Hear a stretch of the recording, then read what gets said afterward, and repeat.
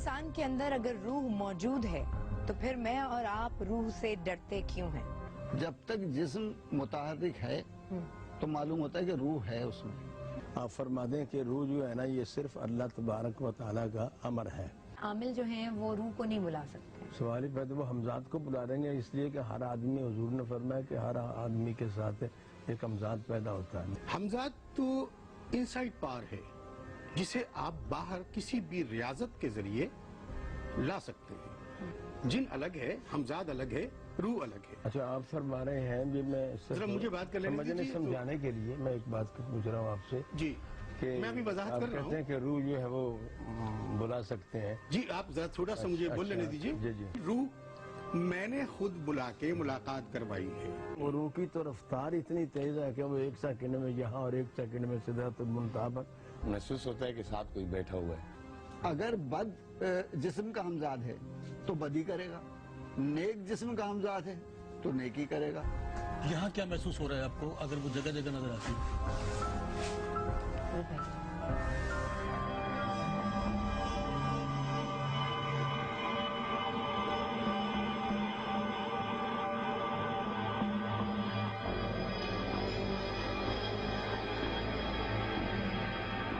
کیا ہوا یہ آپ دکھائیں، اگر میرا کیمرہ بھی دکھا دیں کہ بس زخم ایک انگلی میں ہوا ہے، بلکہ دونوں میں ہوا ہے. وہ چھینا جھپٹی جو اس بندے کے ساتھ وہ یا اس طاقت کے ساتھ ہو گئی. اس کو ہم آگے انشاءاللہ پروگرامز میں ضرور کور کریں گے. ہماری کوشش ہوگی کہ اس طرح کے آپ کے لیے پروگرامز آگے لے کر آئیں کہ روحیں آتی ہیں اور واقعی بلائی جاتی ہیں یا نہیں.